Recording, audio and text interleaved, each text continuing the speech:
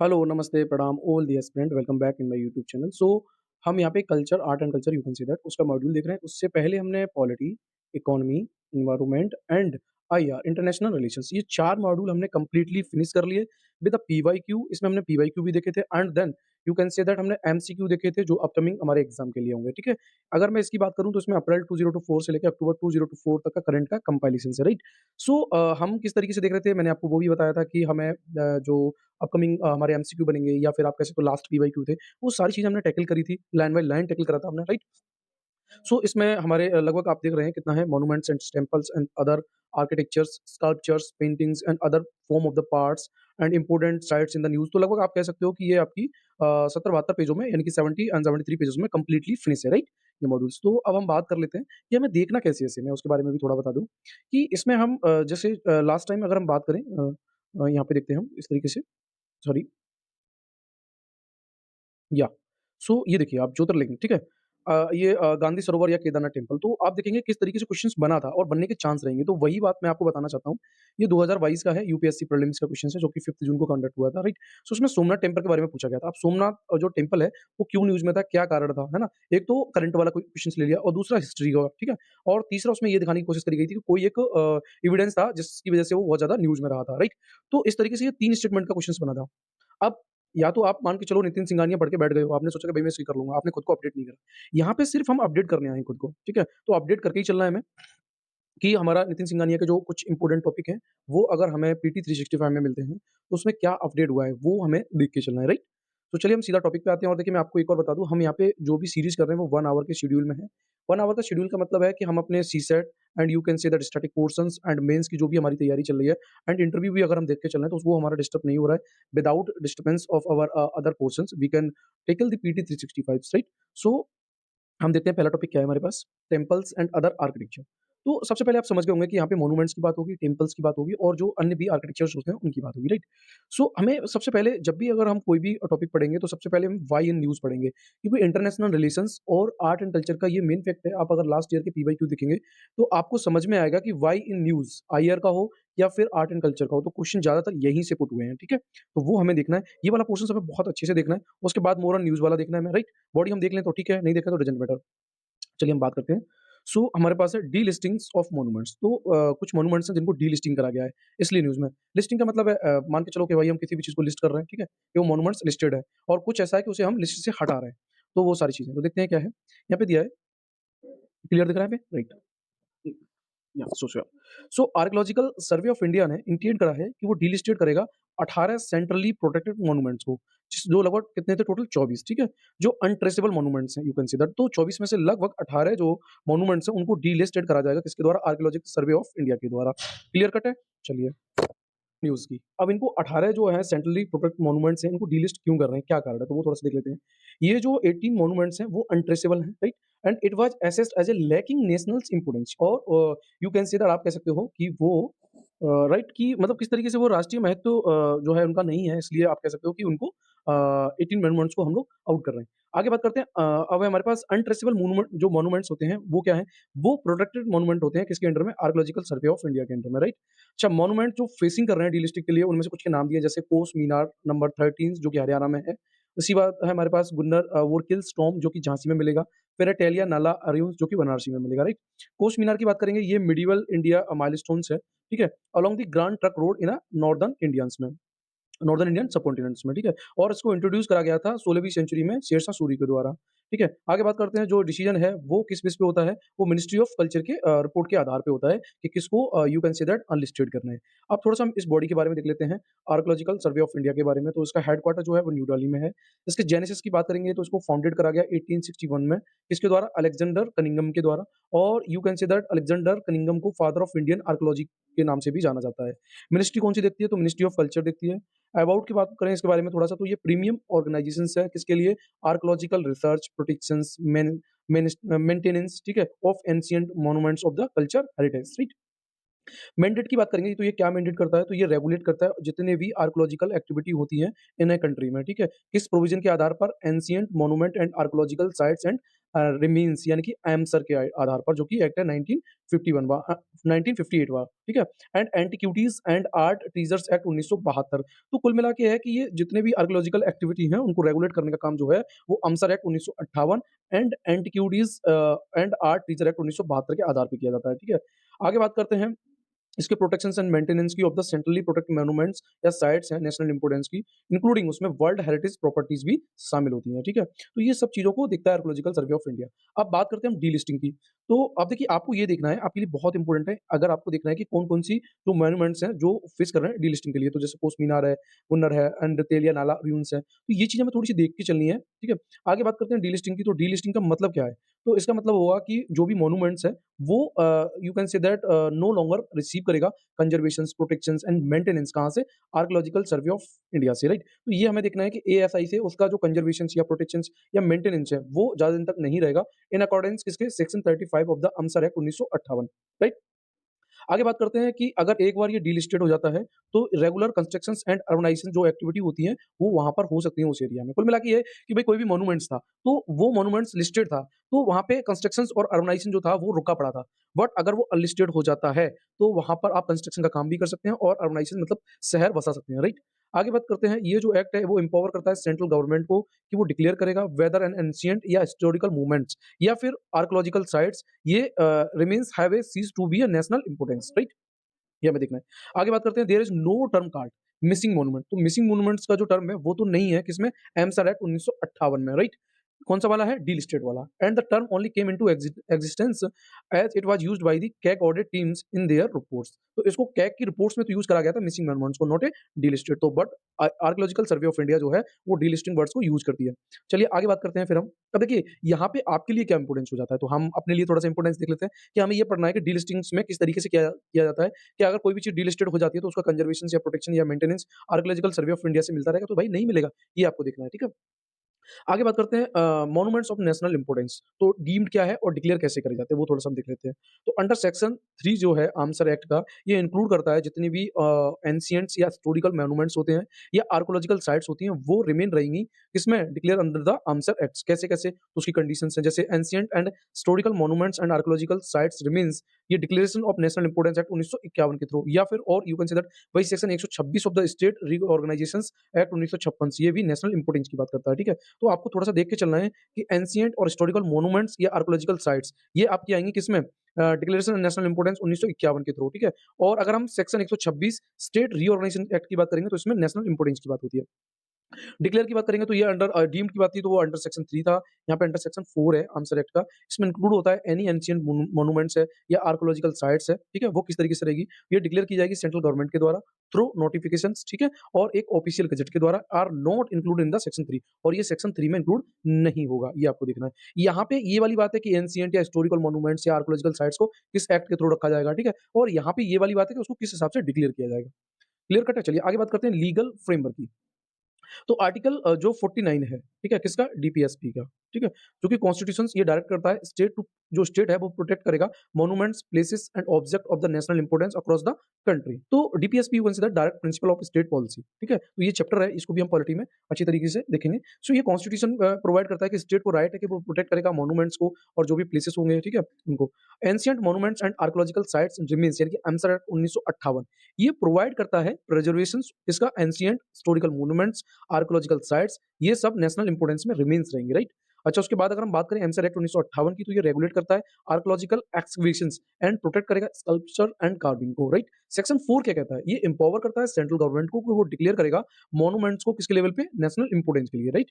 आगे एक और है हमारे पास नेशनल मॉन्यूमेंट्स अथॉरिटी यानी कि एनएमए, ये under the ministry of culture के अंडर में आती है और ये स्टेबलाइज करी गई भाई किसके द्वारा? एमसर अमेंडमेंट एंड वैलिडेशंस एक्ट 2010 के थ्रू। तो ये थोड़ा-सा आपको देखना है कि नेशनल मॉन्यूमेंट्स अथॉरिटी जो है मिनिस्ट्री ऑफ कल्चर के अंडर में तो है, बट इसको स्टेबलाइज करा गया एमसर में भी अमेंडमेंट हुआ है 2010 में उसके थ्रू। अच्छा, इसके इसके फंक्शन की बात करें तो क्या फंक्शन है नेशनल मॉन्यूमेंट्स अथॉरिटी के? तो ये प्रोटेक्ट करता है एंड प्रिजर्व करता है जो भी मॉन्यूमेंट्स होती हैं या साइट्स होती हैं जिनको बाय मैनेजिंग करा गया है प्रोहिबिटेड एंड रेगुलेटेड एरिया में, राइट? अच्छा, grant permissions for the constructions in prohibited regulated area near centrally protected monuments के थ्रू। क्लियर कट है? तो ये हमें देखना है, ये नेशनल मॉन्यूमेंट्स अथॉरिटी का you can say that functions है, ठीक है? आगे बात करते हैं फिर हमारे पास नालंदा यूनिवर्सिटी। अब देखिए, यहाँ पे यूपीएससी में कोई क्वेश्चंस नहीं बनाए, तो मे बी बनने के चांस होंगे, तो आपको एक बारी आर्कियोलॉजिकल सर्वे ऑफ इंडिया का थोड़ा-सा बॉडी देख लेना है। अलेक्जेंडर कनिंग का स्टेटमेंट बना तो आपको याद रखना है कि फादर ऑफ आर्कियोलॉजिकल्स है, राइट? चलिए आगे बात करते हैं फिर हमारे पास नालंदा यूनिवर्सिटी, बहुत सुनी होगी आपने, बिहार की फेमस यूनिवर्सिटी है, पुरानी यूनिवर्सिटी है, ठीक है? सो सेंट्रली द प्राइम मिनिस्टर ने अभी इनॉग्रेट किया है न्यू कैंपस किसमें? नालंदा यूनिवर्सिटी इन राजगीर, बिहार में। तो एक न्यू कैंपस को इनॉग्रेटेड करा गया है प्राइम मिनिस्टर के द्वारा, इसलिए न्यूज़ में आ गई।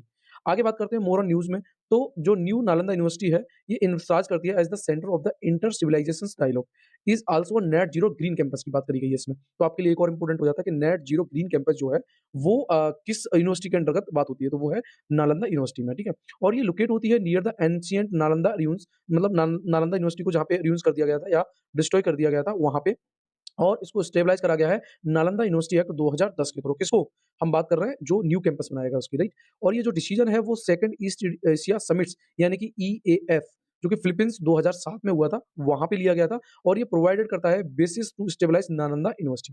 तो आपको समझना है कि सेकंड ईस्ट एशिया समिट हुई थी फिलीपींस में, वहाँ पे ये डिसीजन लगाया गया कि हम न्यू कैंपस बनाएँगे ना नालंदा यूनिवर्सिटी, राइट? सो अब हम थोड़ा-सा बात कर लेते हैं एंशिएंट नालंदा यूनिवर्सिटी की। तो इसको स्टेबलाइज़ करा गया, you can say that founded करा गया किसके द्वारा? Kumar Gupta first in 5th century common era में, और ये रिमेन है centre of the learning till 12th century common era तक। तो आप कह सकते हो कि 5th सेंचुरी कॉमन एरा में इसको फाउंडेड करा गया, बट 12वीं सेंचुरी कॉमन एरा तक ये आप कह सकते हो एक लर्निंग सेंटर रहा, ठीक है? किसके टाइम पे? कुमारगुप्त फर्स्ट। तो वेरी इंपोर्टेंट फॉर अस, हमें ये ज़रूर याद रखना है कि ये कुमारगुप्त फर्स्ट के टाइम की बात है। आर्किटेक्चर की बात करेंगे तो it was a monastic university है, Mahavira, you consider Mahavihara, right? So sorry my pronunciation. Mahavihara, Mahavihara का मतलब होता है जहाँ पे रेजिडेंशियल्स एंड एजुकेशनल बिल्डिंग दोनों एक साथ होती हैं, मतलब आप रह भी सकते हैं और शिक्षा भी पा सकते हैं, उसे हम महाविहार कहते हैं, राइट? अच्छा, आगे बात करेंगे तो इसमें और क्या इंक्लूड है, जैसे स्तूपा, श्राइन्स, इंपोर्टेंट नेटवर्क जैसे स्टाकू, स्टोन्स एंड मेटल, ये सब इसमें इंक्लूडेड है, ठीक है? एजुकेशनल एक्सलेंस की बात करेंगे तो कौन-कौन से और यहाँ पे जो लोग थे, क्या-क्या यहाँ पढ़ा गया, वो थोड़ा-सा देख लेते हैं। तो मेजर डिसिप्लिन्स हैं जैसे Vedas, Theravada, Buddhism, Buddhism means the way of the elder in Pali, and the Mahayana Buddhism, इसका मतलब है great vehicle in Sanskrit. Vajrayana Buddhist का मतलब है फ्रॉम द तांत्रिक बुद्धिस्ट, तो थोड़ा-सा ये देखना है हमें। Fine arts, medicine, astronomy, politics and war strategy, तो ये सब इसके मेजर डिसिप्लिन्स हैं, ठीक है? आगे बात करते हैं एडमिशन की, तो strictly by the merit exam were conducted by the trained gatekeepers. तो ये थोड़ा-सा हमें देखना है कि एडमिशन किस तरीके से हो रहा था यहाँ पे बाय द मेरिट एग्जाम, ठीक है? जो कंडक्ट किया जाता है ट्रेंड्स गेटकीपर के द्वारा। लाइब्रेरी की बात करेंगे तो धर्मागुंज, राइट? और ए mountain of truth holding over 9 million books across the 9 floors. ये भी थोड़ा-सा इंपोर्टेंट हो जाता है, बट ये आपको याद नहीं रखना है एग्ज़ैक्ट डेटा, ये नहीं पूछा जाएगा। पैट्रॉन्स की बात करेंगे तो जैसे king Harshavardhana of the Kannauj, जो कि 7th सेंचुरी कॉमन एरा में, एंड पाला रूलर्स की बात करेंगे तो 8th से 12th सेंचुरी कॉमन एरा में। It is said the king Ashoka give offering to the chaitya of the Sariputra, ठीक है? At Nalanda and erected temples there. तो आप देख रहे हैं कि किस तरीके से किंग अशोका ने ऑफर दिया था जो चैत्य के सारिपुत्र को, कहाँ पे? नालंदा में, कि वो इरेक्ट करें क्या? टेम्पल्स को। डिस्ट्रॉयड बहुत इंपॉर्टेंट है हमारे पास, ये हमें थोड़ा-सा देखना है। ये स्टेटमेंट्स में भी पॉसिबल्स है कि बनेगा और बना भी है। सो इसको डिस्ट्रॉय किया गया था 1205 एडी में by the Turkish generals Bakhtiyar Khalji under the Qutbuddin Aibak. तो ये आपको देखना है कि बख्तियार खलजी जो कि कुतुबुद्दीन ऐबक के अंडर में था, उसने नालंदा यूनिवर्सिटी को डिस्ट्रॉय किया था, राइट? अच्छा, रीडिस्कवरी इसकी जो हुई थी वो सर फ्रांसिस बुचनन, है ना? जिन्होंने 19th सेंचुरी में करी थी इसकी। थोड़ा रिकॉग्निशन भी देख लेते हैं, तो ये ruins of the Nalanda university, इसको डिक्लेयर करा गया यूनेस्को वर्ल्ड हेरिटेज साइट इन 2016। तो वेरी इंपोर्टेंट फॉर अस, हमें ये भी याद रखना है कि ये यूनेस्को के वर्ल्ड हेरिटेज साइट्स में भी आता है अकॉर्डिंग टू द 2016, राइट? आगे बात करते हैं इंपोर्टेंट पर्सनालिटी, जो इंपोर्टेंट पर्सनालिटी हैं नालंदा की, वो थोड़ी-सी, तो कौन-कौन सी हैं? जैसे according to the Pali Buddhist literature, Nalanda जो था वो विज़िट किया गया बुद्धा के द्वारा। सारिपुत्र एंड मोगलना, ये 2 बुद्धिस्ट चीफ डिसिपल्स थे, ठीक है? जो हेल्ड हो रहे थे फ्रॉम द नालंदा रीजन से, right? According to the Jain text की बात करेंगे तो जैसे महावीरा वर्धमान, इन्होंने भी यहाँ पे स्पेंड करा था मोर टाइम्स, है ना? इन 14th rainy season in Nalanda. Prominent teacher और भी हैं जैसे आर्यभट्ट, ये थोड़ा-सा आपको याद रखना है। नागार्जुन है, जिनेंगा है, सॉरी माय प्रोनाउंसिएशन, धर्मपाल है, उसके बाद अभय कर गुप्त है, उसके बाद अगर हम बात करें तो नैरोपा है। ये प्रोमिनेंट टीचर हैं यहाँ के। तो आर्यभट्ट की बात करेंगे तो इन्होंने रिनो किया था मैथमेटिक्स को, और ये इनोवेटर्स थे किसके? जीरो के, ठीक है? स्टडीज़ एंड टॉट एट ए नालंदा, तो यहाँ पे इन्होंने स्टडीज़ भी करी थी एंड टीचिंग भी करी थी, राइट? उसके बाद नागार्जुन की बात करेंगे तो ये महायान फिलॉसफर थे। उसके बाद हम दिनंग की बात करेंगे तो ये फाउंडर थे स्कूल ऑफ लॉजिक के। धर्मपाल की बात करेंगे तो ये ब्राह्मण स्कॉलर थे। उसके बाद हम अभय कर गुप्त की बात करेंगे तो इन्होंने रिन्यू किया था तांत्रिक प्रैक्टिशनर, जो तांत्रिक प्रैक्टिशनर होते हैं उनको, was a simultaneously about a Mahabodhi, Nalanda and Vikramashila monasteries. Naropa की बात करेंगे तो ये बिलॉन्ग करते हैं tantric lineage of the Tibetan tradition से and was head of Nalanda in the year 1049 से 59 तक, ठीक है। फॉरेन ट्रैवलर कौन-कौन से आए थे नालंदा में वो थोड़ा-सा हम देख लेते हैं, वेरी इंपोर्टेंट। देखिए चाइना से, कोरिया से, जापान से, तिब्बत से, मंगोलिया से, श्रीलंका से एंड साउथ ईस्ट एशिया से, यहाँ से स्कॉलर आए थे कहाँ पे नालंदा में। जो चाइनीज़ स्कॉलर थे उसमें जैसे किंग था एंड उसके बाद तुम्हारा xuan तांग ज़ांग था, जिन्होंने विज़िट किया था नालंदा को 7th सेंचुरी कॉमन एरा में। xuanzang की बात करेंगे तो इन्हें स्टडीज़ करी थी योग शास्त्र को at Nalanda under the chancellor Shilabhadra के, ठीक है? तो शिलाभद्रा उस टाइम चांसलर थे, उनके टाइम पे Hiuen Tsang, right? So sorry my pronunciation, Hiuen Tsang के टाइम पे the highest authority in the yoga. आगे बात करते हैं आर्किटेक्चर फीचर ऑफ नालंदा, तो जैसे स्ट्रक्चर एंड लेआउट पे आया वहाँ पे एंड आर्किटेक्चर सिग्निफिकेंस क्या है, ठीक है? तो वो थोड़ा-सा हम देख लेते हैं, जैसे बिल्ट इन कुषाण स्टाइल में बना हुआ है with a cell around the courtyard along the north 6 axis. तो आपको याद रखना है कि जो स्ट्रक्चर है इसका वो कुषाण स्टाइल में है। बिहार का मतलब है जहाँ पे स्कॉलर जो है वो रेजिडेंशियली मतलब रहते हैं और चैत्य का मतलब है टेम्पल होता है जहाँ पे वो पूजा करते हैं, ये आपको थोड़ा-सा देखना है। इंट्रोड्यूस्ड क्यून स्केल की बात करें तो ये 5 फोल्डेड फॉर्म है चैत्य की, ठीक है? तो ये थोड़ा-सा हमें याद रखना है। आगे आर्किटेक्चर सिग्निफिकेंस की बात करेंगे तो अर्लीस्ट प्लान्ड यूनिवर्सिटी है ये और इन्फ्लुएंस्ड है बुद्धिस्ट आर्ट से इन मलयान आर्कियोपैलिस नेपाल म्यांमार एंड तिब्बत के आधार पे, राइट। आगे बात करते हैं ये इनेबल करता है transition from the Mahayana to Vajrayana Buddhist through its arts, right. अच्छा, स्कल्पचर ऑफ नालंदा महाविहार। तो महाविहार हमने पढ़ा था जहाँ पे स्कॉलर जो है एजुकेट भी होते हैं एंड रेजिडेंस भी करते हैं, ठीक है? अच्छा, अब हम बात करते हैं नालंदा महाविहार की, तो किस तरीके से है। So sculpture art of the Nalanda जिसमें इवॉल्व है from the Buddhist Gupta art of Sarnath. अच्छा, ये डिपिक्शन है किसका, crowd Buddhist occur commonly only after the 10th century.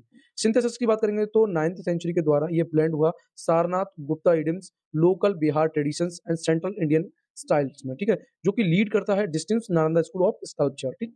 आगे बात करते हैं यहाँ पे वेरियस ब्राह्मिकल इमेज भी हैं जो कंफर्म नहीं करती हैं सारनाथ स्टाइल को, have also been found in the Nalanda. तो ये भी थोड़ा सा आपको देखना है, या थोड़ा सा एक कह सकते हो कंफ्यूजन सा है। नालंदा स्कूल ऑफ स्कल्पचर की बात करेंगे तो स्टोन जो मिले हैं उनको डिफाइन किया गया है प्रेशियस फेशियल फीचर्स के द्वारा, थ्री डायमेंशनल फॉर्म के द्वारा एंड डेलिकेट ऑर्नामेंटेशन के द्वारा, राइट। स्कल्पचर की बात करेंगे तो ये detail back slabs and minimal crowding के रूप में है। मेटल स्कल्पचर की बात करेंगे तो 7th से 12th सेंचुरी के पार्ट ऑफ द पाला पीरियड्स के हैं। इनिशियली इनको फॉलो किया गया था गुप्ता ट्रेडिशन के द्वारा from the Sarnath and Mathura के द्वारा, ठीक है। अर्ली फेज की पहले की बात करें तो मायान डाइटीज जो हैं जैसे मंजूश्री या अवलोकितेश्वरा, ठीक है, और लेटर फेज में Vajrayana deity such as Vajrasharad and Khasarpana. ये थोड़ा सा आपको देख लेना है, ज्यादा इंपोर्टेंट नहीं है हमारे लिए। आगे बात करते हैं बौद्धिस्ट सेंटर ऑफ लर्निंग कहाँ-कहाँ है, जैसे ये बहुत इंपोर्टेंट है हमारे पास, जैसे तक्षशिला है, विक्रमशिला है, उदंतीपुरी है, नागार्जुनकोंडा है, रत्नागिरी है, राइट? उसके बाद अदर में भी है, तो ये हमारे लिए थोड़ा-सा इंपोर्टेंट हो जाता है, वेरी इंपोर्टेंट फॉर अस। तक्षशिला की बात करेंगे तो इनकी पहले लोकेशन देख लेनी है आपको। इसकी लोकेशन आपको पाकिस्तान में मिलेगी जिसको डिस्कवर करा गया अलेक्जेंडर कनिंघम के द्वारा।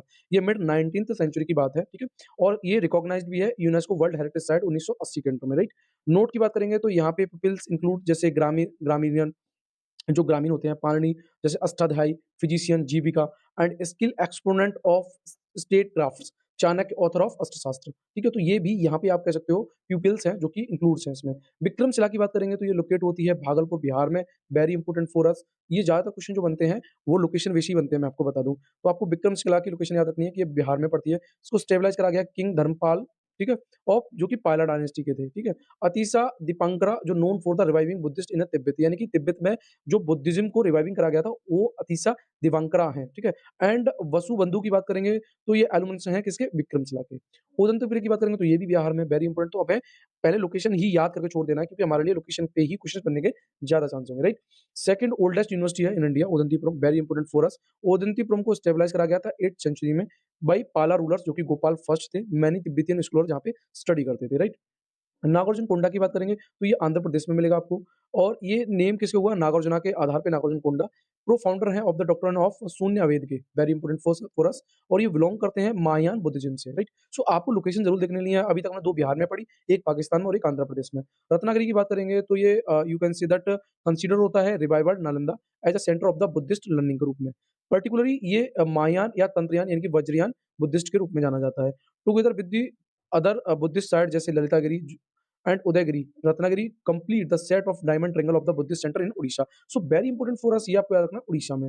आगे बात करते हैं फिर है वल्लभी जो कि गुजरात में एंड जगतडाला जो कि बांग्लादेश में। तो ये क्वेश्चन आपका यूपीएससी में बन चुका है, हालांकि मैंने यहाँ पे इसको डिस्कस नहीं किया है क्योंकि ये क्वेश्चन आ चुका है, ठीक है। आगे बात करते हैं श्री जगन्नाथ टेम्पल की। सो ये क्यों न्यूज़ में है? तो रत्न भंडार the sacred treasury of the Shri Jagannath temple, ठीक है? ये रीओपन हुआ है लगभग 46 साल के बाद। तो वेरी इंपॉर्टेंट फॉर अस। तो आपको याद रखना है कि रत्न भंडार जो है वो जगन्नाथ टेम्पल का एक you can say that treasury है, ठीक है? ये थोड़ा-सा आपको देखते चलना है। चलिए अब थोड़ा-सा हम डिस्कस कर लेते हैं श्री जगन्नाथ टेम्पल पुरी उड़ीसा में, जिसको हम व्हाइट पगोड़ा भी कहते हैं। तो इसके बारे में देख लेते हैं। ये डेडिकेटेड है लॉर्ड जगन्नाथ, ठीक है? जो कि इन्कार्नेशन है किसका? लॉर्ड विष्णु का। तो लॉर्ड विष्णु का अवतार है लॉर्ड जगन्नाथ, ठीक है? उनको डेडिकेटेड है जगन्नाथ। आगे बात करें यहाँ पे उनकी सिस्टर देवी सुभद्रा एंड उनके एल्डर ब्रदर लॉर्ड बलभद्रा, है ना? ये होली ट्राइनिटी है, तो ये 3 ट्राइनिटी है कहाँ पे? जगन्नाथ टेम्पल पे। अच्छा आगे बात करेंगे रत्न भंडार जो है वो ज्वेल्स है होली ट्राइनिटी का, ठीक? आगे बात करेंगे इसको बिल्ड करा गया था अनंत बर्मन चौथगंगा देवा के द्वारा, ठीक है? Chodaganga you can say that जो कि फाउंडर थे गंगा डायनेस्टी के in the first part of 12th century, ठीक? आगे बात करते हैं architecture style of the Shri Jagannath temple की। तो आर्किटेक्चर स्टाइल की बात करेंगे तो जैसे कलिंगा आर्किटेक्चर है यहाँ पे, ठीक है? और ये सब स्टाइल है किसकी? नागरा स्टाइल की, वेरी इंपोर्टेंट फॉर अस। जिसके 4 कंपोनेंट होते हैं वो कौन-कौन से? जैसे विमान एंड्यूल, ठीक है? जैसे गर्भगृह कहते हैं, जगमोहन, उसके बाद है नाट मंडपा एंड भोग मंडपा। ये 4 कंपोनेंट है नागरा स्टाइल्स के जो कि you can say that Kalinga architecture के अंडर में आती है। अब विमान थोड़ा-सा हम देख लेते हैं क्या है क्या नहीं है। तो इसको हम गर्भगृह भी कहते हैं, जो कि स्टाइल है नागरा टाइप रेखा ड्यूल की, ठीक है? इसको कैरेक्टराइज़ किया गया है कार्बोनिनियर टावर नोन एज़ द शिखर। तो आप इसको कह सकते हो कि एक शिखर के रूप में ये जानी जाती है, राइट? सो आगे बात करते हैं फिर हमारे पास जगमोहन, ये पिडा डोल के रूप में भी जाना जाता है। Shikhara has a tier of the diminished pidas and platforms. उसके बाद है नाथ मंडपा, ये ऑडियंस एंड डांसिंग हॉल के लिए होता है यहाँ पे। एंड भोग मंडपा की बात करेंगे तो ये रेजिड्यूरी ऑफरिंग हॉल है, राइट? अच्छा, on the both side the outer wall of the main temple, figures of the Vishnu, four on either side and carved which altogether depicts 24 form of the Vishnu, जिसमें केशवा, Madhava, Damodara and Narayan है। सो आप कह सकते हो कि किस तरीके से जो आउटर वॉल्स हैं, अगर उसमें विष्णु और जो 4 अदर साइड हैं, वो डिपिक्ट होती हैं 24 of the form of Vishnu के रूप में, बट उनमें से 4 जो है वो कौन-कौन सी है वो थोड़ा-सा हमने देख लिया। अब हमारे लिए न्यूज़ में रत्न भंडार है, जो कि एक ट्रेजरी है जगन्नाथ टेम्पल का, तो वो हमें ज़रूर देखने जाना है। सो ये लोकेट होता है northern side of Jagmohan assembly hall of the temple में। कंप्रेजर्स की बात करेंगे तो बाहर भंडार जो आउटर चेंबर है और भीतर भंडार जो कि इनर चेंबर है। एडिशनली की बात करेंगे तो जैसे मगजी लड्डू, ये उड़ीसा डेंटल डिस्ट्रिक्ट में पड़ता है। वन ऑफ द 56 भोग प्रसाद है eight the Shri Jagannath temple God geographical indication tax, right? तो हमें देखना क्या था भाई? हमें ये देखना था कि किस तरीके से जगन्नाथ टेम्पल में रत्न भंडार में आप देख रहे हैं कि हमारा जो ये जो पड़ रहा है वो उसमें बाहर भंडार भी होता है, भीतर भंडार भी होता है, राइट? अब थोड़ा-सा हम इस टेम्पल को भी देख लेते हैं। तो यहाँ पे आपको रेखा ड्यूल मिलेगा। ये कलश दिख रहा है आपको, राइट? ये अमलक होगा, ठीक है? उसके बाद यहाँ देख रहे हैं तो भूमि एंड अमला है। उसके बाद यहाँ मिलेगा हमें राहा पागा, ठीक है? तो ये जो पोर्शन्स है पूरा ये गैंदी है, यहाँ से यहाँ तक का, ठीक है? उसके बाद ये बांधा है हमारा जिसमें बरंडी एंड जगना पिस्ता है। उसके बाद ये घंटा है एंड ये फिर हमारा पिता दुहल है, ठीक है? तो ये देखना है तो ठीक है, डज़न्ट मैटर बट इतना नहीं पूछता डीप में जाके।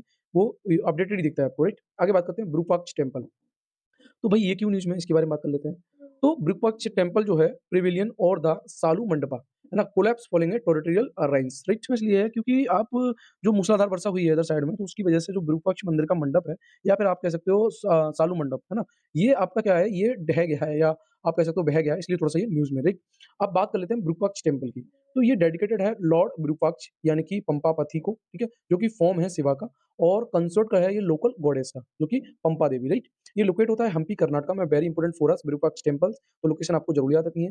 ये कैपिटल सिटी है विजयनगर किंगडम जो कि 14th सेंचुरी से लेके 16वीं सेंचुरी तक की थी, ठीक है? और ये पार्ट्स है group of monuments at a Hampi which is a UNESCO world heritage sites, right? It is a prime example है द्रविडियन स्टाइल का ऑफ द टेंपल आर्किटेक्चर। तो आपको जब भी कोई टेंपल आए तो सबसे पहले आपको उसकी लोकेशन देख लेनी है, जो कि कर्नाटक में पड़ रही है। फिर ये कौन सी स्टाइल में है? द्रविड़ स्टाइल में, ठीक है? और ये कैरेक्टराइज्ड है बाय इट्स ग्रैंड गोपुरम्स, विमान and integrated carving and pillars halls के द्वारा। तो याद रहे तो ठीक है, डज़न्ट मैटर बट आपको मॉन्यूमेंट्स जो है ये कहाँ पर है एंड देन किस स्टाइल में है। उसके बाद हम बात करते हैं टेंपल हिस्ट्री की, तो विरूपाक्ष टेंपल जो है वो बिल्ट हुआ था, ठीक है, over the century with the inscriptions जो कि सजेस्ट करा गया था earliest shrine by built in 740 by the 740 common era में चालुक्य क्वीन लोकाम देवी के द्वारा, ठीक है? ये थोड़ा-सा आपको याद रखना है। किसके कमेमोरेट में? अपने हस्बैंड के विक्ट्री के कमेमोरेट में, ठीक है? तो इसलिए इसको बनाया गया। पल्लवा, चालुक्य, होयसिल एंड चोलास ग्रेटली इन्होंने कंट्रीब्यूट किया था इस टेंपल के लिए, but it was substantially enlarged with the establishment of the Vijayanagar empire, but बाद में ये इनलार्ज हुआ था विजयनगर एम्पायर में। विजयनगर संगम किंग की बात करेंगे तो ये ट्रांसफॉर्म करता है shrine into a major religious monuments में एंड तुलुप्स ग्रेटली एक्सपेंड करता है टेम्पल्स को। कृष्ण राय 1509 से 29 कॉमन एरा की बात करेंगे तो उन्होंने कंस्ट्रक्ट करा था इस हॉल को, ठीक है? मेंस 9 को, ठीक है? He is also constructed the eastern gopuram, तो आपको ये भी याद रखना है कि जो कृष्णदेव राय थे उन्होंने ईस्टर्न गोपुरम को बनाया था। आगे बात करते हैं फिर हम फीचर ऑफ द दंडनाथ टेम्पल। तो थोड़ा-सा हम देख लेते हैं द्रविड़ा टेम्पल आर्किटेक्चर के बारे में। सो ये यू कैन सी दैट गर्भगृह इसमें होता है, has one of the smallest tower होता है यहाँ पे। ये आपको गर्भगृह दिख रहा होगा, ये स्मॉलेस्ट टावर है यहाँ पे कहीं, ठीक है? As it is usually the older parts of the temples. और ये जो टेम्पल है वो इन्क्लोज़ होता है विदिन ए कंपाउंड वॉल्स के द्वारा with N entrance gateway known as gopurams, ठीक है? शेप की बात करेंगे तो मेन टेम्पल जो टावर है वो vimana is similar to stepped pyramids that is rises geometrically rather than carving shikhara of the Nagara styles. Mandapa की बात करेंगे, ये एंट्रेंस होता है टेम्पल का और ये इनकॉर्पोरेट करता है space of the large number of worshipper, मतलब वहाँ पे ज़्यादातर पूजा करने वाले इनकॉर्पोरेट हो पाए, राइट? और ये फैसिलिटेट करता है म्यूजिक एंड डांस को, क्या? Mandapa, very important. तो इस तरीके से आपने मंडपा देखा होगा कि ये एंट्रेंस द्वार होता है टेम्पल का और यहाँ पे आप कह सकते हो पूजा भी की जा सकती है, म्यूजिक और डांस भी। द्वारपाल की बात करेंगे तो ये डोर कीपर्स होते हैं, ठीक है? उसके बाद लार्ज वाटर रिजर्वोयर या टेम्पल टैंक जो है, वो ये भी होता है इसमें, राइट? अच्छा, तो इस तरीके से यहाँ पे ये विमान मिलेगा आपको, ये शिखर मिलेगा और ये गोपुरम आपका स्टार्टिंग में मिल जाता है। आगे बात करते हैं other schools of the temple architecture की, तो वो भी थोड़ा-सा हम देख लेते हैं। अब ये आपको थोड़े-से अंतर करके चलने हैं कि अभी हमने द्रविड़ा टेम्पल आर्किटेक्चर पढ़ा, अब हम देख रहे हैं नागरा स्कूल क्या कहता है और उसके बाद बेसारा स्कूल क्या कहता है, तो थोड़ा-सा ये हमें ज़रूर देख के चलना है। आगे बात करते हैं नागरा स्कूल्स की, तो ये पॉपुलर है नॉर्थ इंडिया में, राइट? अच्छा, अब नागरा आप सेंस ही लगा रहे होंगे कि ये नागरा मतलब एन मिल रहा है तो नॉर्थ इंडिया हो गया। ये built on a stone platform with a step leading to it, तो ये स्टोन प्लेटफॉर्म होता है, स्टोन से बना हुआ होता है। पंचायतन स्टाइल होती है यहाँ पे, यानी कि आप कह सकते हो कि ये चारों तरफ से पार्ट से घिरा हुआ होता है, राइट? इस तरीके से। आगे बात करते हैं, क्या है? हर द मेन श्राइन, जो इनकी मेन श्राइन होगी वो you can see that in A rectangular form में होगी और 4 स्मॉलर सब्सिडी श्राइन्स होती है इसके कॉर्नर पे, ठीक है? There were no water tank, तो अभी हम देख रहे थे कि द्रिविड़ा टेम्पल में तो वाटर टैंक था, हमने देखा था वाटर रिजर्वियर टेम्पल टैंक था, बट यहाँ पे वाटर टैंक नहीं है। तो वेरी इंपॉर्टेंट फॉर अस, हमें यही थोड़ा-थोड़ा अंतर क्लियर करके चलना होता है कि नागरा स्कूल में क्या वाटर टैंक होता है? नहीं होता है। बट द्रिविड़ा में होता है? यस होता है। 2 मेजर कैरेक्टरिस्टिक होते हैं इस स्टाइल के, जैसे cruciform ground plans and curvilinear towers, ठीक है? तो वो थोड़ा-सा हम देख लेते हैं। क्रूसिफाइड ग्राउंड प्लान की बात करेंगे तो ये स्क्वायर टेम्पल है with the number of graduate project, ठीक है? जिसमें आपके rathakas in the middle of the each face, तो ये आपको मिलेंगे ईच फेस में। आगे फिर मिल जाता है कर्विलिनियर टावर्स में, तो इसमें एक टावर जैसे shikhara gradually curving inverts and capped by the spheroid slabs with the ribs round in the amalaka भी होता है, ठीक है? ये जैसे फॉर एग्जांपल अब आपसे पूछा जाए कि नगरा स्टाइल में कौन-कौन से टेम्पल हैं, जैसे सन टेम्पल इन मोढेरा, ठीक है? एंड सोमनाथ टेम्पल, तो ये आपके जो है नागरा स्टाइल के टेम्पल हैं, ठीक है? अच्छा, आगे बात करते हैं फिर है हमारे पास बिसारा स्कूल के बारे में। सो ये स्टाइल जो है वो फीचर है बोथ नागरा एंड द्रविडियन। तो नागरा और द्रविडियन, अब देख रहे थे हम द्रविडियन में तो वाटर होता है बट नागरा में नहीं होता है। तो इन दोनों का जो मिक्सअप है उसे हम बिसारा स्कूल बोलते हैं, ठीक है?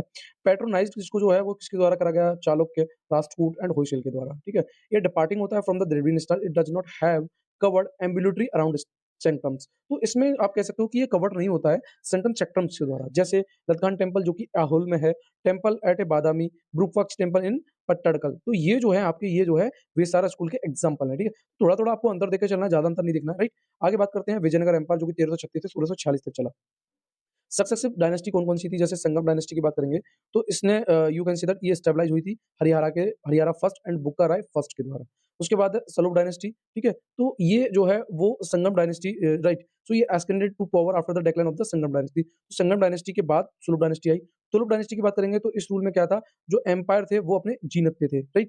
उसके बाद अराबिडो डायनेस्टी की बात करेंगे, तो ये इंटरनल कॉन्फ्लिक्ट जो एक्सटर्नल प्रेशर के द्वारा इसको you can say that initiate करा गया। एक्सटेंट की बात करेंगे तो during the rules of the Krishnadeva Raya, the जो लैंड थी between the Tungabhadra and Krishna rivers, ठीक है, जो कि रायचूर 2 में पड़ती है, ये एक्वायर करी गई 1512 में। रूरल जो थे उड़ीसा वर द सबड्यूड 1514 में एंड सब she way are defeated were the inflicted on the sultan of Bijapur. तो ये थोड़ा-सा आपको देख के याद रखना है। वो किस तरीके सॉरी ये थोड़ा-सा वॉइस कट गया हुआ है। किस तरीके से कृष्णदेवराय के शासनकाल के दौरान तुंगभद्रा या फिर आप कहें कृष्ण नदियों के बीच की जो भी भूमि थी, जिसे हम रायचूर दो आप कह सकते हो, उस पर कब्जा कर लिया गया 1512 के बीच में। और उड़ीसा के जो शासक थे उनको बस में भी कर लिया गया 1514 के समथिंग, राइट? सो और आप कह सकते हो कि बीजापुर के सुल्तान को भी इसने बुरी तरीके से पराजित कर दिया था कृष्णदेव राय ने, right?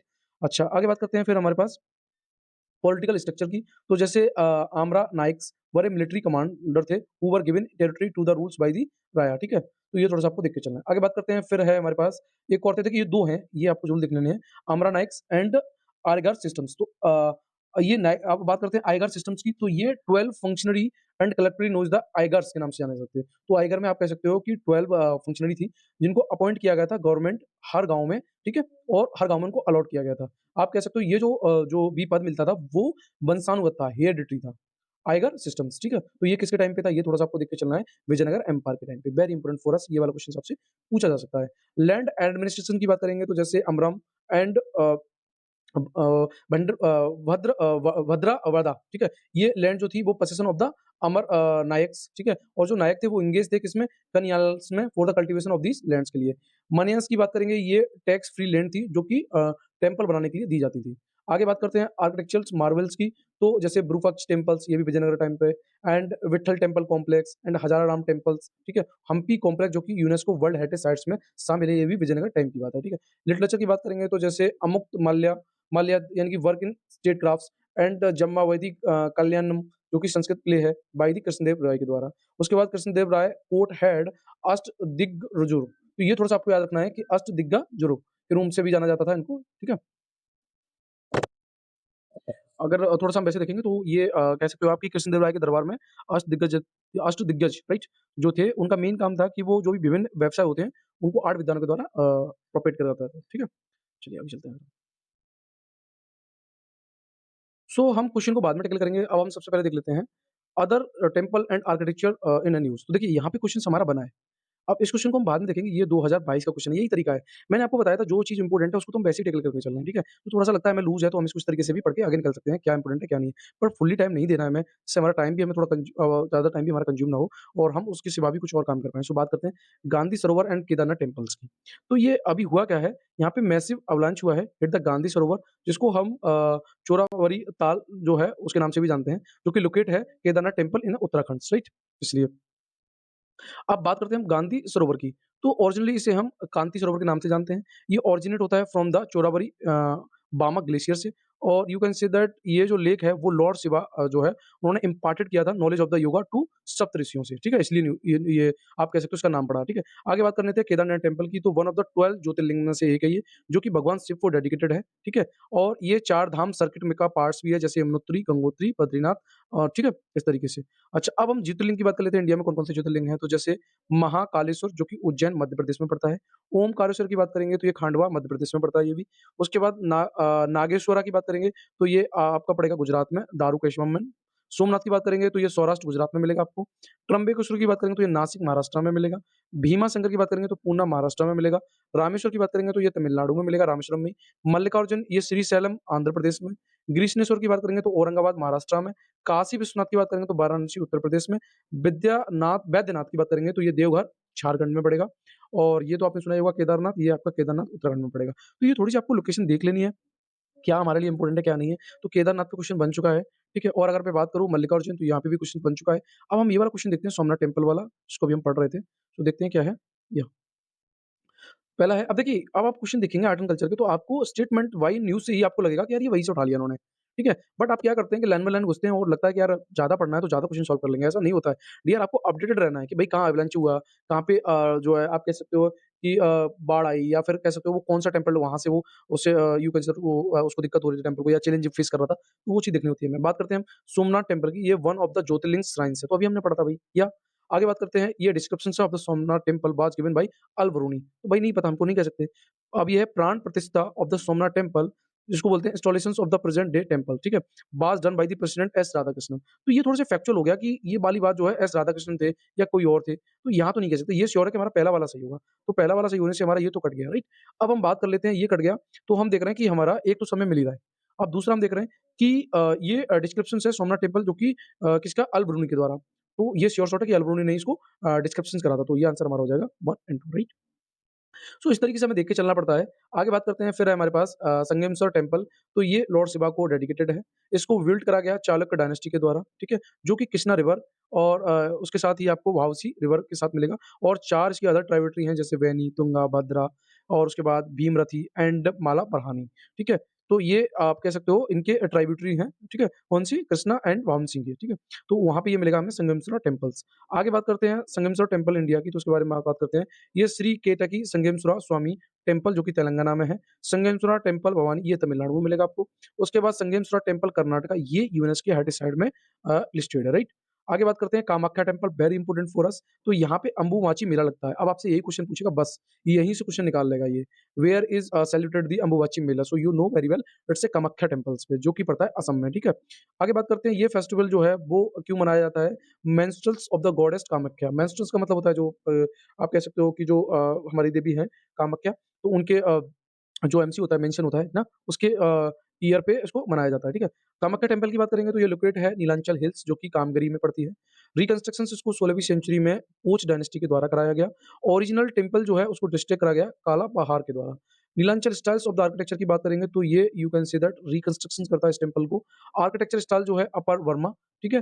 From the migrations of the तहसील याद रहे तो ठीक है, पाला स्टाइल्स ऑफ द बंगाल्स, ठीक है? लेटर इसको इवॉल्व करा गया into the Ahom styles of the architectures.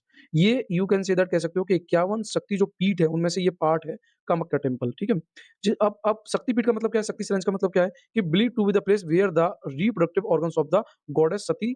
तो कुल मिला के जो गॉडेस सती थी, उनका जो ऑर्गन थे, वो लगभग 51 स्थानों पे पड़े, जिसे हम 51 शक्तिपीठ के नाम से जानते हैं, ठीक है? और ये सेंटर है तांत्रिक वर्शिप का। यहाँ पे बिलीफ है एंड प्रैक्टिस जो है Aryans and non Aryan community जो है वो करती है, ठीक है? ये थोड़ा-सा आपको याद रखना है। तो आपका क्वेश्चन तो यहीं से बन गया ना भई, अगर पूछेगा तो कामाख्या टेम्पल पे क्या लगता है भूमि मेला मेला ये कहाँ पे है असम में, राइट? आगे बात करते हैं ज्योतिर्मठ या जोशी मठ की, तो ये क्यों न्यूज़ में है? तो जो अभी सेंटर ने अप्रूव करा है, उत्तराखंड गवर्नमेंट ने प्रपोज़ल करा था कि भई जो जोशीमठ तहसील है इन चमोली डिस्ट्रिक्ट्स, उसको ज्योतिर्मठ कर दिया जाए, तो इसलिए न्यूज़ में है। ये थोड़ा-सा आपको याद रखना है बस, और कुछ नहीं है। ये जो रीनेमिंग की बात करेंगे तो ये अप्रूव किया गया फॉर द कोसिया कोटली तहसील इन नैनीताल डिस्ट्रिक्ट्स ऑफ परगना श्री कैंची धाम के द्वारा, राइट? ये थोड़ा-सा याद रखना है। अब ज्योतिर्मठ, पहले उसका नाम क्या है? जोशीमठ, अब होना क्या चाह रहा है? ज्योतिर्मठ। तो ज्योतिर्मठ क्यों न्यूज़ में है? It is one of the 4 cardinal मठ हैं जिसको स्टेबलाइज़ करा गया था 8वीं सेंचुरी में, किसके द्वारा? आदि शंकराचार्य के द्वारा अक्रॉस द इंडिया, ठीक है? और ये प्रमोट करते हैं अद्वैतवाद को, ठीक है? अद्वैतवाद वेदांता फिलॉसफी को। अद्वैतवाद वेदांता फिलॉसफी की बात करेंगे तो ये वर्जन है किसका? Vedanta translate as a non dualism का। अकॉर्डिंग टू इसके अनुसार क्या है? ब्राह्मण जो है वो ultimate translates and immediate god of the later Vedas. ये अपीयर्स होते हैं as the separate of the world because of its creative energy, यानी कि माया के द्वारा। और ये बिलीव करते हैं आदि शंकराचार्य में perform penance in a Jyotirmath under the tree known as the Amar Kalpa Vriksha, ठीक है? और आप इसको you consider it also known as the winter award of the lord Badrinath, ठीक है? और ये बेस कैंप है माउंटेन का इन नंदा देवी पीक्स का। तो थोड़ा-सा आपको याद रखना है किस तरीके से ज्योतिर्मठ और जोशीमठ को चेंज करके ज्योतिर्मठ करा जा रहा है। आगे हमारे पास अलगा temple Tamil Nadu, very important question बनेगा तो यहीं से उठा लिया जाएगा। सो यहाँ क्या प्रोसेशन है? Lord Kalinjar's back from the Vaigai rivers mark the end of the Chithirai festival. तो चित्रदई फेस्टिवल जो है वो अलगा टेम्पल यानी तमिलनाडु में मनाया जाता है। अब बात कर लेते हैं हम अलगा टेम्पल्स की, तो ये लोकेट है कहाँ पे? अलगर हिल्स जो कि मदुरई तमिलनाडु में पड़ती है। ये आप कह सकते हो टेम्पल जो है one of the 108 abodes of the lord Vishnu. तो लॉर्ड विष्णु के 108 जो अवतार हैं उनमें से ये है। यहाँ पे वर्शिप होती है नेम ऑफ द कैलेंजर्स के नाम से, ठीक है? सॉरी माय प्रोनाउंसिएशन, तो कैलेंजर, ये थोड़ा-सा आप याद रखना है। ये 6 कॉरिडोर सराउंडेड है बाय द 4 वॉल्स के द्वारा। ये जो टेम्पल है also find mention in a Tamil epic Silappatikaram. तो शिलापदिक्रम में भी इसको मेंशन करा गया है and hymns of the Alvars, ठीक है? और इसमें अलवर के हाइम्स में ये pillar of mandapa are depicted in the Nayaka art styles, ठीक है? आगे क्या है हमारे पास? श्री माधवा पेरुमल टेम्पल्स, इसकी बात करते हैं। तो जो न्यूज़ वाली चीज़ है वो थोड़ी-सी हम देखेंगे। सो ये क्यों न्यूज़ में है? So inscriptions found at the Shri Madhava Perumal temple which is largely renamed submerged by the Bhavani Sagar dams, जिसको रिवील करा गया था 1000 ओल्ड ट्रेड्स रूट्स के लिए, ठीक है? अब ट्रेड रूट्स क्या है? तो ट्रेड रूट्स का मतलब है जहाँ पे जो कुंगू रीजन्स है जो कि वेस्टर्न तमिलनाडु में पड़ता है, वो south southern Karnataka and Kerala के द्वारा इसको कनेक्टेड किया जाएगा by the crossing river Bhavani and river Moyar के द्वारा। ये थोड़ा-सा आपको याद रखना है। 1338 में क्या हुआ था? वीरा सिद्धा केथ्या दंड नायक, इन्होंने कंस्ट्रक्ट करा था श्री माधवा पेरुमल टेम्पल्स को, ठीक है? ये टेम्पल जो है वो डेडिकेट है थोंड श्री वारमा मुदियार यानी कि लॉर्ड शिवा के लिए, ठीक है? तो ये थोड़ा-सा आपको याद रखना है, माधवा पेरुमल टेम्पल जो है वो लॉर्ड शिवा के लिए, थुंड्रित श्री स्वार मुदियार के लिए, ठीक है? और they are came under the Hoysala rulers, तो ये होयसला रूलर्स के अंडर में आता है। फिर हमें मिलता है केसरिया स्तूपा की बात करेंगे तो ये क्यों न्यूज़ में है? सो केसरिया स्तूपा जो है वो tallest and largest Buddhist stupa है इन द वर्ल्ड, इसलिए न्यूज़ में है। इसकी लोकेशन की बात करेंगे तो ये चंपारण बिहार में पड़ता है। इसके स्ट्रक्चर की बात करेंगे तो ये सर्कुलर शेप और जो स्ट्रक्चर है वो ब्रिक्स, मर्स एंड लाइम मोर्टार के द्वारा बनाई गई। हाइट की बात करेंगे तो 104 फीट है। याद रहे ना रहे इतना नहीं देखना होता भाई, यहाँ पे कौन आया? चाइनीज़ ट्रेवल फाहियान जो कि 5th सेंचुरी कॉमन एरा में एंड Hiuen Tsang 7th century common era में, जिन्होंने ट्रैवल करा था इंडिया को, ठीक है? और इन्होंने मेंशन भी करा था इस स्तूपा को, तो वेरी इंपोर्टेंट फॉर अस, यहीं से पूछा जाएगा हमसे। और ये इसकी बात करें इंपोर्टेंस की तो it is believed that stupa जो है बी बिल्ट करे गए कमेमोरेट करने के लिए spot where the lord Buddha gave his 22nd sermon. तो 22वां अपना जो उपदेश दिया था उसके उपलक्ष्य में इनको यू कैन से दैट जब बनाए गए और in mark the place where the announce his impending death, और वहाँ पे उन्होंने अपनी डेथ को भी you can say that announcement करा था। बुद्धा ने अनाउंस करा था his previous existence in a chakravarti raja at the stupa. तो ये थोड़ा-सा देख लेना है हमें कि किस तरीके से बुद्धा ने ये भी अनाउंस करा था कि प्रीवियस एक्जिस्टेंस था, वो चक्रवर्ती राजा के रूप में इसी स्तूप में था, ठीक है? Buddha also asked Lichchhavi to return the Vaishali after giving them begging bowls, ठीक है? तो बुद्धा ने ये भी लिच्छवियों से पूछा था कि भई मैं आपको अगर अपना बेगिंग बाउल दे दूँ मतलब जो मैं भिक्षा माँगता हूँ, वो वाला अगर बाउल दे दूँ तो आप वापस जाओगे? To mark this small Lichchhavi built the stupa here. So यहाँ पे आप कह सकते हो कि इसको लिच्छवी ने इस तरीके से बनाया कि जो है बुद्धिस्ट का यहाँ पे स्पोर्ट्स सेंटर है। In course of time during the Maurya, Sung, Kushan period, it became the big stupa, ठीक है? With the several addition and enlargement. तो doesn't matter याद नहीं रखना हमें, बस हमें याद रखना है कि केसरिया स्तूपा जो है एक्चुअली में है कहाँ बिहार में। आगे बात करते हैं फिर हमें चंद्रावली केव कॉम्प्लेक्स की बात कर लेते हैं। सो ये सिचुएटेड है चित्रकूट डिस्ट्रिक्ट कर्नाटका में। ये केव कॉम्प्लेक्स है, ठीक है? इसके रिपेयर एंड मेंटेनेंस की बात हो रही है इसलिए न्यूज़ में है। चंद्रावली केव कॉम्प्लेक्स की बात कर लेते हैं तो इसकी जो ओरिजिन है वो कैसे हुआ है? प्री-हिस्टोरिक टाइम की है। With the evidence of the human habitat from the iron age, it is also known as the Kankali maths. तो वेरी इंपोर्टेंट चंद्रावली केव को हम कंकाली मठ के नाम से भी जानते हैं। फिजिकल डिस्क्रिप्शन की बात करेंगे तो चैम्बर जिसमें इंक्लूड है places of worship with the Shivling, ठीक है? Rooms for the visitors, sadhus, drawing rooms, avoid rooms, ये सारी चीज़ें हैं, डज़न्ट मैटर, ठीक है? आगे बात कर लेते हैं यहाँ पे हम डायनेस्टी एंड आर्टिफैक्ट्स के बारे में तो जैसे Satavahana, Hoysala, Vijayanagars, Roman and Chinese period, ठीक है? Including painted pottery, coins and inscriptions, ये भी यहाँ पे आर्टिफिकेट्स हैं। Notable rocks inscription by king Mayur Sharman's of the Kadamba dynasty के द्वारा और जो कि AD 450 March in its historical significance. Methodological जो कनेक्ट करता है Chandrabhasha of Kundala, adding a layer of legendary to its history. Culture significance की बात करेंगे तो ये बिलीव करता है used by the saint from the Ankali from the meditations and possibly as the educational center as like the gurukul. तो आपको याद रखना है कि चंद्रवाली केव को हम किस नाम से और जानते हैं? अंगाली मठ के नाम से और ये कर्नाटका में पड़ती है, बस। इतना ही देखना है, इसके बाद आपको कुछ नहीं देखना, ठीक है? तो आज हम इसको पार्ट 1 बाय पार्ट हम फिनिश करते हैं 1 आवर के शेड्यूल्स में, जिससे हमारा अदर कुछ भी डिस्टर्ब ना हो, तो उसको हम आज यहीं फिनिश करेंगे, राइट? चलिए, ओके, थैंक यू।